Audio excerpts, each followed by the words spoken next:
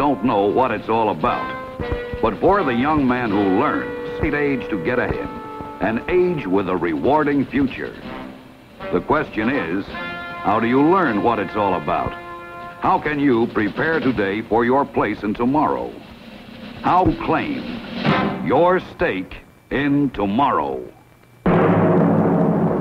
This is the story of 3 young men who have found that the United States Army offered one way to stake their claim in tomorrow, and for them was the fix.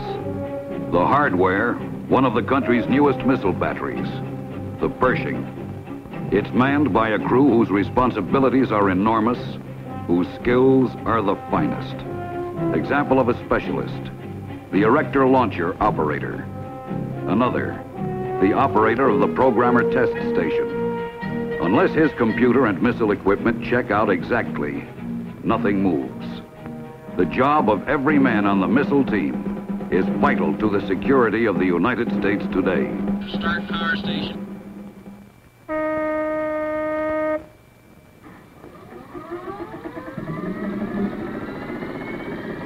Director launcher ready for power. PTS ready for power.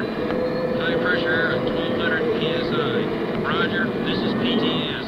Warhead safe armed key. Selected to arm position. These few men command more firepower than thousands of conventionally armed troops. Theirs are the new hard-skilled jobs of the space age. The job at hand, under simulated combat conditions, they have to ready and launch the missile to strike a target hundreds of miles away. This missile team is small but tightly knit and highly trained. It has to be. Take a young man like Specialist Dave Tonner, the PTS operator. Do you think he could do the can-do of a missile system in trade school? Negative. Or perhaps he's a born genius who picked it up on his own? Again, negative. Well then, how does somebody like Dave Tonner, with only a high school diploma to his credit, find a job like his with a real future? It's not something I just fell into real easy. Just before I finished my senior year at school, I worked part-time as a key puncher in a supermarket. No complaints, see? But, well, I couldn't see myself in that line of work for the rest of my life. It wasn't what you'd call a real skilled job. I remember I used to do a lot of thinking about what I wanted to do. And the longer I worked at the supermarket, the more I knew that job wasn't for me. So I started out looking around for a job. Visited employment agencies, made out the usual applications and all that. You start out feeling real confident. But it didn't take me long to wake up. There was always something. Done your service yet, young man? What is your typing speed, young man? Any shorthand experience? So you got a strong back, but no experience. Sorry, buddy, but we just don't have a spot with this crew. It was the same old story, just different words. Talk about going around in circles. I had no job experience, so there was no job. And without getting a job, how do you get experience? I can tell you I was way down. So I started pounding the pavements again and reading the want ads when I spotted this poster. I thought, well, now how about the service? The United States Army seems to promise a lot. I decided I better have a little talk with Uncle Charlie, because he put in 3 years back in the 40s. Well, I can't say he painted the best picture. When I mentioned the Army aptitude test, he said, only aptitude you gotta have for the Army's a pair of strong feet and one good eye to aim a rifle with. That's Army aptitude, Davy boy. Uncle Charlie means okay. But anyway, I decided to ask the Army recruiter about the opportunities they talk about on all those posters. What did I have to lose?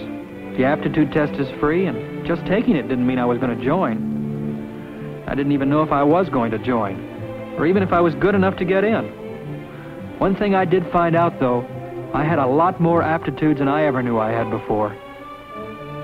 After the test, and before they swore me in, they told me I could pick the exact training school I wanted.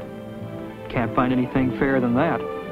As usual, Uncle Charlie was only half right. Going through basic, I found out you do need a pair of good eyes and strong feet, but also a heck of a lot more.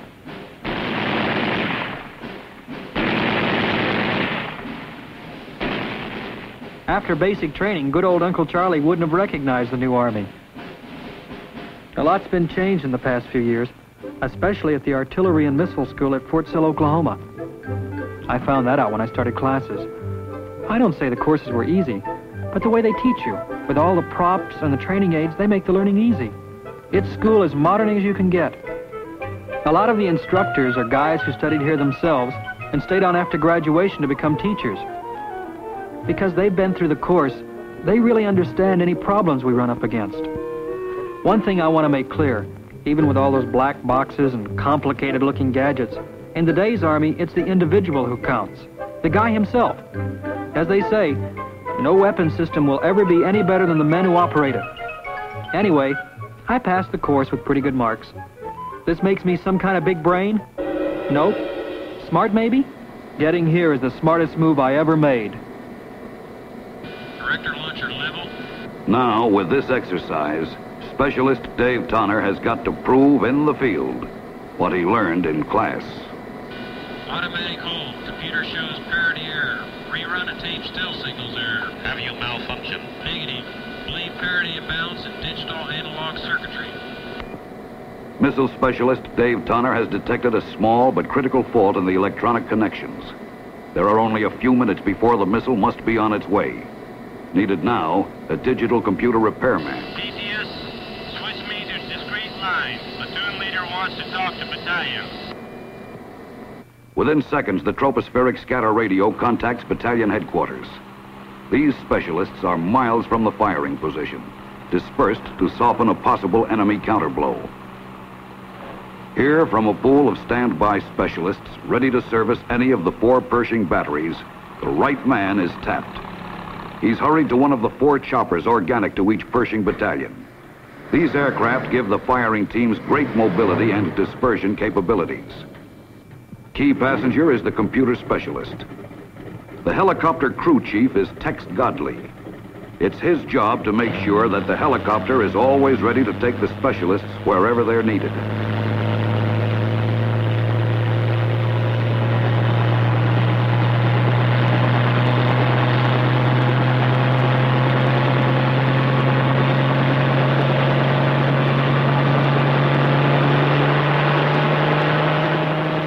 Crew Chief Godley is only one of thousands of flying soldiers who keep Army aircraft ready for duty around the clock, around the world.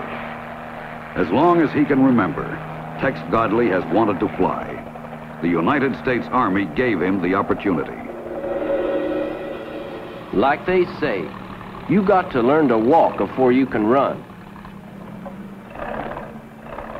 I learned to drive the old heap around the farm long before I ever got near an airplane. You might say I cut my eye teeth on the motor of our old truck, 'cause either she ran or I walked. It was just as simple as that. I treated her sweet as any baby, because in my part of the country, walking too much just isn't practical. Now flying, that's something else again. Some folks need a plane if they want to get into town inside of half a day. But sad to say, it takes a bit more cash to fly your own plane than I just happen to have on hand at the time I'm talking about.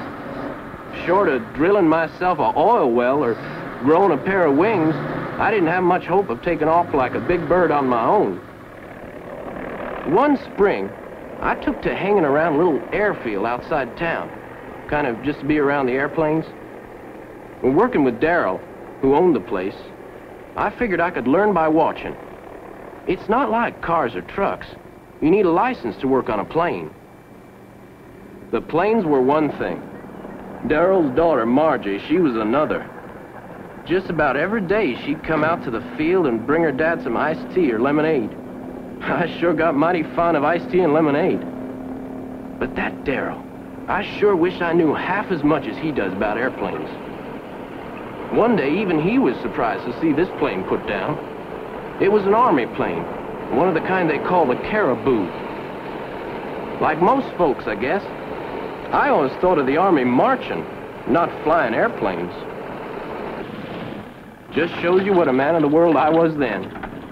Turns out the crew was on some kind of training exercise, and our little strip was a convenient place for them to put down.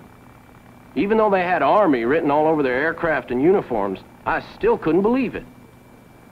Friendly-like, we offered them some of Margie's homemade lemonade, and I fell to talking with the crew. Tex, they said, if you want to fly, in the Army, you got a doggone good chance. Well, how about that?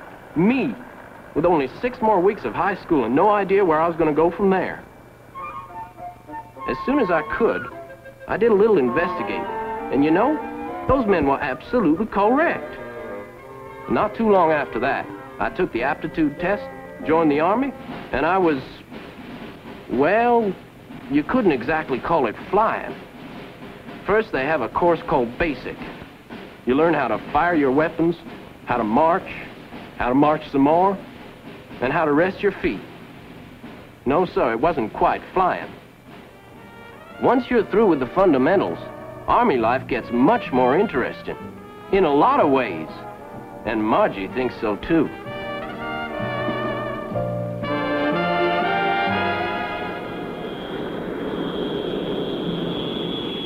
Then one bright morning, I was where I'd always wanted to be, ready to start my aviation schooling. Here, the Army pays you to learn. They supply everything you need: books, clothes, room and board, everything you need, a real earn-while-you-learn deal. In civilian life, you'd have to pay them to take a course of schooling like this. Half the time's in classroom, the other half in practical training, working on the aircraft themselves. Working in small groups makes it easier to catch on fast. Because it's a growing field, I put in for helicopter maintenance training, where you learn about the latest turbine engines. Now I got my own ship, I'm part of a team. And right now I'm on flying orders, so I get extra pay. If you qualify, you can earn proficiency pay as an aviation mechanic, but not all crew chiefs do.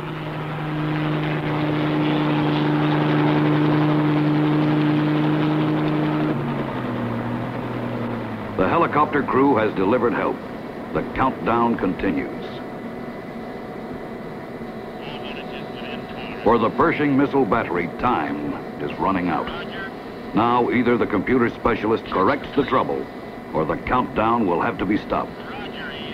Dave Tonner, programmer test station operator, is like a general practitioner. He has already diagnosed the illness, a sick computer. Now that the surgeon, the digital computer specialist, has arrived, it's time to operate. The specialist is Bill Evans, a computer repairman who did highly in or out of service, an expert in one of the most important and fast-growing fields of industry.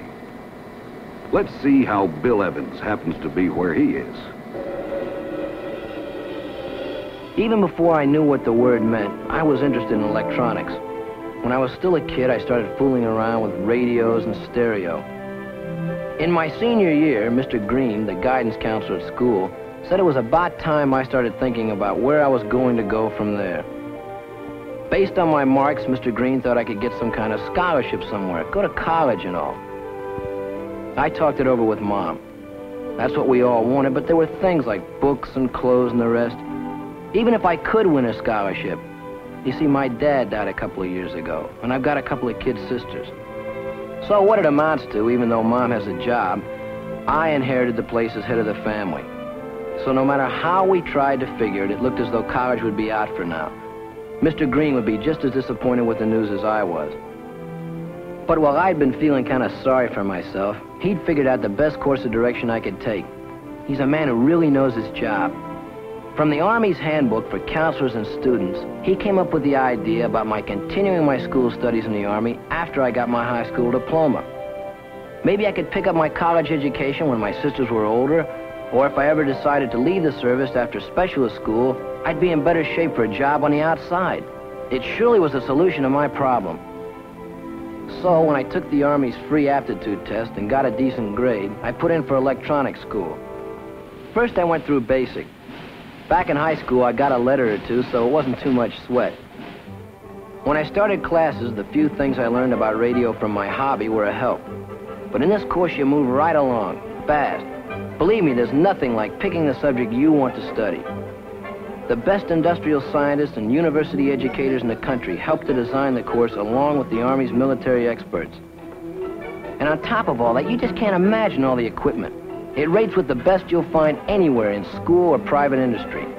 In the middle stages, you work with a partner, helping each other along step by step. I guess it just proves one thing, that two heads are better than one.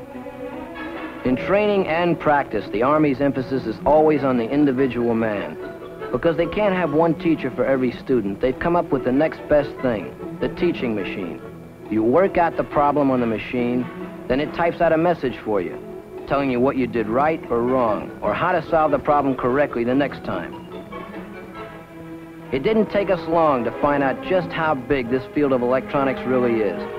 They taught us about radar, guided missiles, automation, aviation, data computers, television, you name it. Just about everything new and exciting in the world today is related one way or another to electronics. But don't get me wrong, I don't want to sound like I think electronics is going to take over the world. Because one thing I sure learned about the Army, it's one service where the man, not the equipment, really comes first all the way down the line. And believe me, that's the way I like it.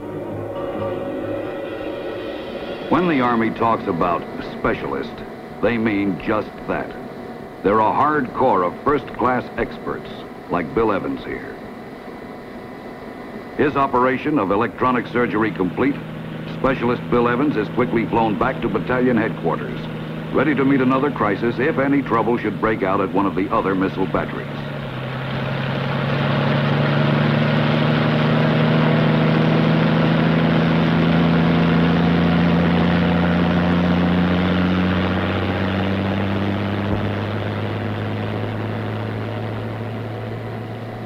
The launch deadline is now only minutes away. If computer specialist Evans has done his job properly, the entire missile team can still measure up. Missile flare direct. Press complete. The crew is working under simulated battle conditions. The countdown continues, never having stopped. In real battle, no enemy would remain immobile to await the convenience of a missile battery. These mobile, hard-hitting Pershing battalions are deployed in different parts of the free world. Unified teams like Dave Tonner, Tex Godley, and Bill Evans go where their missile battalion goes. The missile is erect, the horizontal laying completed, the theodolite is carried off. Now the boom is lowered to firing position, and the team prepares for the last phase. Now the ACE, automatic checking equipment, goes into action. It makes hundreds, even thousands of calculations a second, then flashes the news that all systems are go. Now the remote key can be inserted. Clear the area. Clear the area.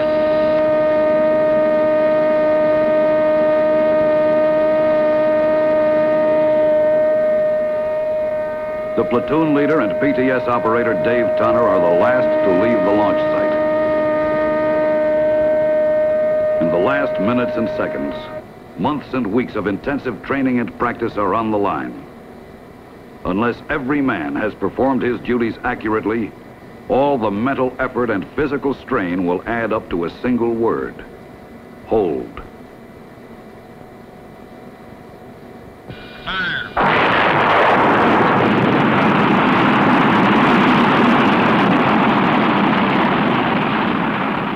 Mission accomplished. Smoothly, efficiently, and on time.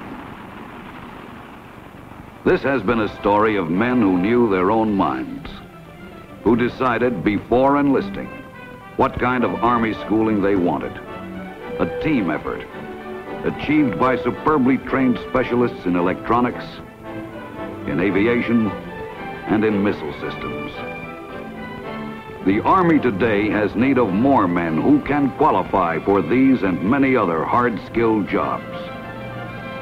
Why not claim your stake in tomorrow? If you're good enough to get in, a proud future can be yours in the new Action Army.